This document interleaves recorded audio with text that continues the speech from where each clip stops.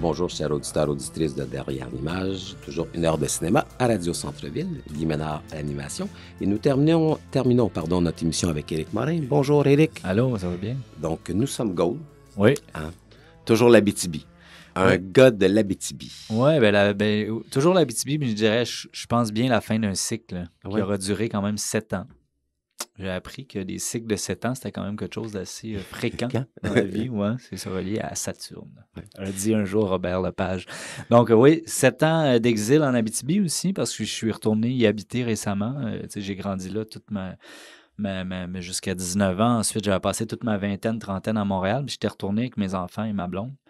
Et j'en ai profité justement pour vraiment explorer ça, la thématique des racines, de l'appartenance, le partir, revenir. Donc, Nous sommes Gold, c'est je dirais le troisième film parce qu'il y a un court-métrage qui s'appelle Opasatika que j'aime beaucoup, que je trouve qui fait partie de cette trilogie-là. Et Nous sommes Gold, c'est vraiment encore cette thématique-là des racines qui est creusée. Oui, parce qu'en fait, un personnage féminin joué par Monia Chokri, hein, qui revient d'Europe, hein, qui revient voir ses vieux chums, hein, et qui retrouve un peu cet esprit de l'Abitibi, qui retrouve le band de musique. Et ce film, pour moi, on parle des trois personnages, Monia Chokri, Emmanuel Schwartz et Patrick Yvon, mais il y a deux autres éléments extrêmement importants, c'est la musique. Mm-hmm. Il y a quelque chose qui est rock dans ce film-là. On avait déjà ça avec Godard en Abitibi, plus expérimental, mais là, j'ai l'impression que le côté dur, le côté rock, le côté presque musique anglaise des années 80 de Cure et compagnie est là, puis qui nous amène là, dans ce monde de... Je sais pas, je dois le dire de gars, là, mais c'est pas juste ça, là, mais il y a une appartenance là, à la terre, Oui, ben oui, vous avez raison. Je dirais The Cure, je dirais Joy Division aussi. Il y a un point quand oui, le but c'était de faire un film de rock, c'est de faire un film sur ma passion pour le rock indépendant, le rock indie. J'ai puisé dans des inspirations musicales qui étaient justement ça, Joy Division, The Cure, même The Smiths. C'est pas tellement dans le film, mais c'était là. C'est beaucoup des groupes britanniques, mais qui viennent de villes industrielles aussi, puis qui viennent d'un milieu... c'est le côté industriel, hein, le côté sale. Oui, peut-être, c'est ça, puis d'être dans un milieu qui est peut-être pas si beau que ça, puis d'en faire quelque chose de beau, puis d'en faire de l'art. Mais ça m'est arrivé après que j'ai dénoté le point en commun de ces groupes-là. Tu sais, je me suis dit, c'est peut-être ça qui me touchait quand j'écoutais ça dans ma petite ville industrielle, quand j'étais plus jeune. C'est peut-être ça qui me faisait que je connectais sur ces bandes-là. Fait que c'était profondément, c'est le premier but, en fait, avant même que j'aie totalement l'histoire ni la scénarisation du film. Je voulais faire un film dans lequel je mettrais un band crédible en scène, en fait. Que ça sonne vrai, en fait. Et là, souvent, on parle des acteurs, mais là, je vais parler finalement du musicien parce que c'est Philippe B. Oui. Hein, qui était aussi un peu concepteur de toute cette musique, qui t'a accompagné dès le début, qui est arrivé après. Comment s'est organisé un peu cette osmose entre l'histoire et la musique? Dans un processus cinématographique, je dirais qu'il est arrivé dès le début. Il y avait quand même 1 an de pré-scénarisation quand il est arrivé. Mais c'était important pour moi qu'il rentre dans le processus dès le début parce que justement, on voulait créer ce band qui s'appelle Gold et en faire un vrai band fictif. Donc, il y a beaucoup de travail à faire en parallèle. Et Philippe écrivait les textes en même temps que je lui apportais certaines versions du scénario. Donc, il y avait des personnages et une thématique sur laquelle se nourrir. Puis, je voulais qu'il raconte l'histoire dans un métadiscours un peu plus poétique à travers les tunes de Gold et du personnage de Christophe, interprété par Emmanuel Schwartz. Philippe aussi, c'est un ami du secondaire. Là. On se connaît depuis toujours. On a eu un band des années 90 ensemble. Un band beaucoup plus pop que Gold. Mais quand même, on a un background rock ensemble. Et pour moi, le deuxième personnage important après la musique, c'est la ville. La ville, oui. Ouais, hein? Et là, tu nous la filmes. Tu nous la filmes en hauteur. On la sent. On voit le trou. On voit des plans éloignés. On voit, je veux dire, les mines éloignées. Elle est présente, cette ville-là. Et est aussi importante, c'est-à-dire que la musique, puis est aussi importante que les personnages, parce que toutes les réactions des personnages, qu'on ne veut pas tout mentionner, on va revenir un petit peu sur le sujet, mais sont associées à cette ville.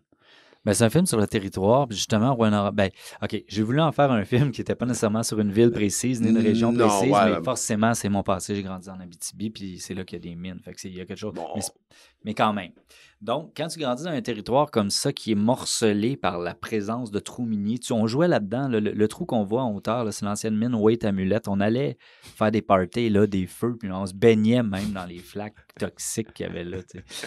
Et donc, il y a beaucoup le territoire est particulier, puis je voulais m'en servir. Puis il y a aussi cette grande usine-là qui est totalement centrale, qui était quasiment aussi grosse que le petit quartier qui est à côté, sinon plus, qui est comme un dragon qui est prêt à le dévorer ou qu'il ne faut pas réveiller.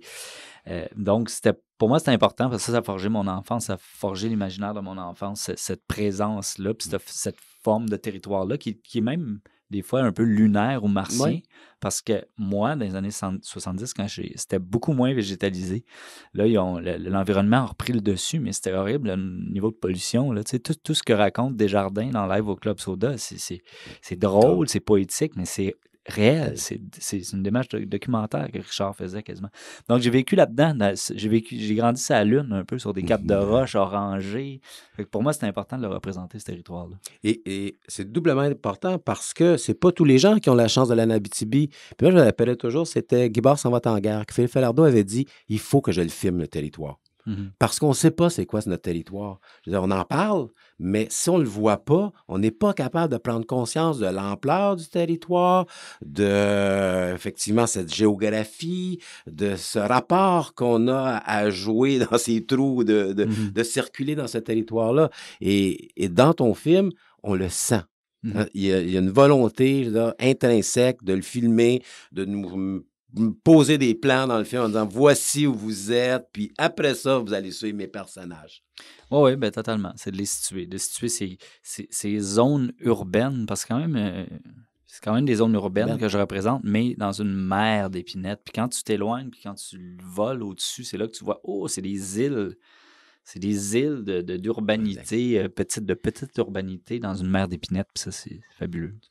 Dans Godard, il y avait un côté un peu plus expérimental. Ouais. Dans ce cas ici, il y a une volonté de raconter une histoire. Ben oui. Raconter une histoire, parce qu'essentiellement, Marianne, Monia Chokri, qui revient, vit un deuil. Puis chaque personnage, on ne veut pas tout dire, mais Patrick Yvon aussi, vit un deuil parce que c'est le seul survivant d'un effondrement, d'un accident qui avait eu 10 ans plus tôt. Et là, il y a tout ce mémorial, ces commémorations du 10 ans qui servent de prétexte pour moi à montrer finalement un peu cette douleur personnelle, comment traverser finalement des grands deuils, revenir sur des lieux qu'on a connus et qui nous fait revivre, même s'il n'y a pas de mort totale, des deuils, de revenir chez soi après 7-8 ans, c'est aussi une façon, je veux dire, de faire certains deuils. Et ça c'est là que j'ai l'impression que le film s'ancre dans quelque chose de très actuel, très réel. Oui, je voulais en faire une histoire. Je voulais justement moins expérimental que Chasse au Godard d'Abitibi. Je voulais une linéarité. J'ai beaucoup plus travaillé le scénario à ce moment-ci. Je voulais que ça soit touchant. Je voulais qu'on oublie l'enveloppe du film, même si elle est très forte, puis elle est très... Même ça, c'est drôle. Mes premiers montages, là, je trouvais que j'avais pas fait de réalisation. Tu sais, j'étais tellement habitué avec certaines gamiques, tu sais, de la vidéo mélangée avec des fausses pubs, puis... zappé, j'ai dit « Oh non, j'ai oublié de réaliser, j'ai juste des comédiens, c'est un téléroman. » Mais avec le recul, quand tout se peaufine, puis comme Sylvain Bellemare qui a fait la conception sonore me dit « Éric, ton film, on va savoir s'il est bon quand il va être fini. » Puis je trouvais ça un peu rude. Ça veut dire peut-être c'est pas parce qu'il n'aimait pas ça, parce qu'il a tellement raison. Je ne montrerai plus des premiers montages à des festivals. Je ne ferai plus jamais ça. Je vais toujours présenter le film fini parce que même si c'est tout le même picture lock, s'il n'est pas fini, l'impression que tu reçois, c'est ça un film, c'est un tout. Fait que c'est ça, il est plus fluide, je pense. Ouais, et c'est doublement vrai lorsque le film travaille moins la matière. Parce qu'il faut laisser le temps au spectateur d'entrer lui-même en contact avec la réalité qui est présentée, avec les peines, les joies, les rencontres ici, les nuances dans certains cas. Et c'est là que, finalement, la narration, qui fait partie du cinéma, prend son envol et vient nous chercher. Oui, c'est quand on oublie un peu, peut-être. Ouais. On oublie dans quoi on embarque, puis en anglais, il y a un beau mot pour ça, c'est momentary suspension of disbelief. C'est-à-dire que tu arrêtes momentanément de ne pas croire. Fait que, tu sais, c'est comme tu te laisses être dans un état. Puis là, c'est pour ça qu'en science-fiction, tu acceptes certaines conventions. Mais dans un film qui n'est pas science-fiction, tu acceptes rapidement l'état d'esprit des personnages. Tu les comprends, tu les aimes, puis après ça, tu les suis, même s'ils sont... Parce qu'à la projection en Abitibi, un petit gars, environ 10 ans après le film, tu sais, au Q&A, il dit « Pourquoi tous tes personnages sont malheureux? » Là, j'ai dit, t'as tellement raison, c'est tellement une bonne question. Puis là, j'ai dit, parce que le drame, c'est intéressant, mais après ça, je me suis dit, elle est bien, hein? On les aime pareil. C'est des ils portent tous un deuil, ils portent tous une partie noirceur en eux. Ouais. Mais à la fois, ils sont malheureux, mais ils ont conservé un esprit d'adolescence. Hein? C'est ce qui les rend attachants. Parce qu'on pourrait tomber dans la noirceur, mais ils ont tout un côté finalement un peu lumineux, où oui, on sent la douleur, mais bon, on prend une bière, on s'amuse. Je pense que c'est important de le dire, parce que le ton du film, c'est d'un lourd drame, mais le ton du film n'est pas... Tu sors pas de là complètement downer. Là. Puis je pense que c'est important de le dire. Non, au contraire. Pour moi, c'est des personnages qui ont à peu près 30-35 ans, mais qui sont restés des grands adolescents. Ah oui, totalement. Des adolescents. Des adolescents. puis je trouve que le personnage joué par Manuel Schwartz est assez représentatif de ce type de personnes, dans la mesure où c'est un enseignant d'histoire au secondaire, puis qui joue de la musique, puis qui peut s'éclater avec la musique, mais on voit bien, je veux dire, qu'il avait besoin de cet échappatoire, il avait besoin de rester, je veux dire, le jeune de jadis qui croit encore à certains rêves, que son band va venir populaire. Ouais, un jour. Un jour. Qui va sortir avec la poutine. Qui va sortir, je veux dire, du salon. Les personnages. Ouais. On n'a pas le choix, hein, parce qu'on vient d'en parler. Georges me regarde, il va pas rester pas beaucoup de temps. Il fallait qu'il soit crédible. Il fallait qu'il y ait une harmonie entre eux pour que ce band-là puisse, aux yeux du spectateur, exister. C'était facile de les trouver? Non, il y a eu plusieurs castings, il y a eu plusieurs étapes. J'ai changé beaucoup de comédiens. Tout ça. Puis à un moment donné, j'ai trouvé le parfait... En Schwartz, en tout cas, en Manu, le parfait mélange entre musicien et très bon comédien. Et les autres ont beaucoup travaillé leur instrument. Et surtout, c'est que les trois avaient déjà un passé commun ensemble comme comédiens, comme personne. Pat Rivon, Monia Chokri et Emmanuel Schwartz. Donc, ça s'est ressenti assez rapidement sur le set, sur le plateau, ça, le fait qu'il y avait un passé commun. Puis ils se sont amusés. On était en Abitibi, donc il n'y avait pas le choix d'être souvent ensemble.